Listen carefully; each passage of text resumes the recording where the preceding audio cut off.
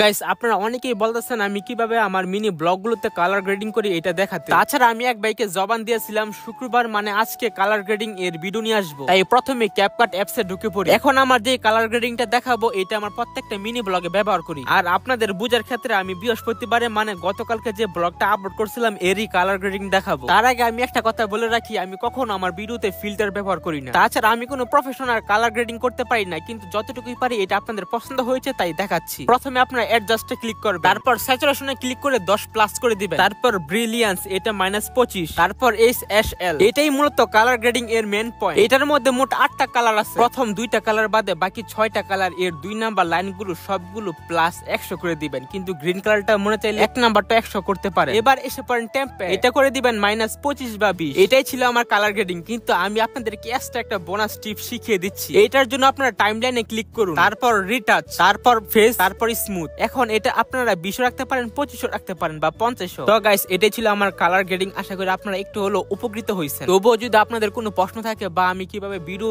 Editing করি, কিভাবে voice editing করি, এগুলো যদি জানতে চান তাহলে কমেন্টে বলতে পারেন। আমি চেষ্টা করব খুব শীঘ্রই বাকি ভিডিওগুলো নিয়ে আসতে। তো আজকের জন্য এতটুকুই। যদি মনে চায় তাহলে আমার পেজটা ফলো করে রাখতে পারেন এবং এই ভিডিওটা আপনাদের বন্ধুদের মাঝে শেয়ার করতে পারেন। আর এখন থেকে সপ্তাহে একদিন প্রতি শুক্রবার আমার ফেসবুক পেজে লাইভে আসবো ঠিক 7টার সময়। তো গাইস সবাই ভালো থাকবেন, আল্লাহ হাফেজ।